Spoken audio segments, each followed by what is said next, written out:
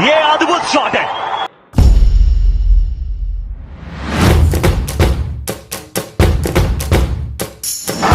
और जबरदस्त ये कैच है।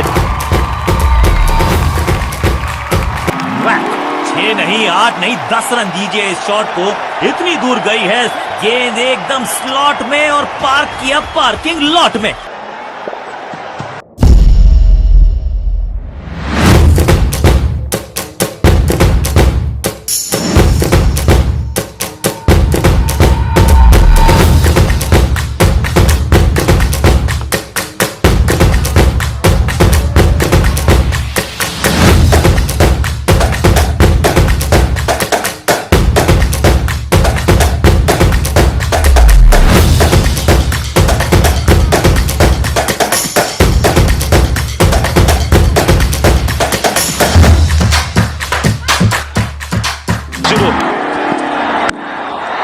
ये तो आप मंगवा लीजिए बाहर से।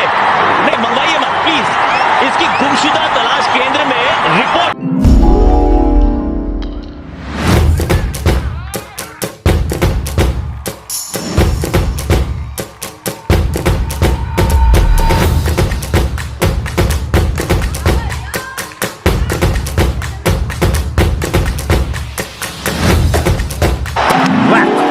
नहीं 8 नहीं 10 रन दीजिए इस शॉट को।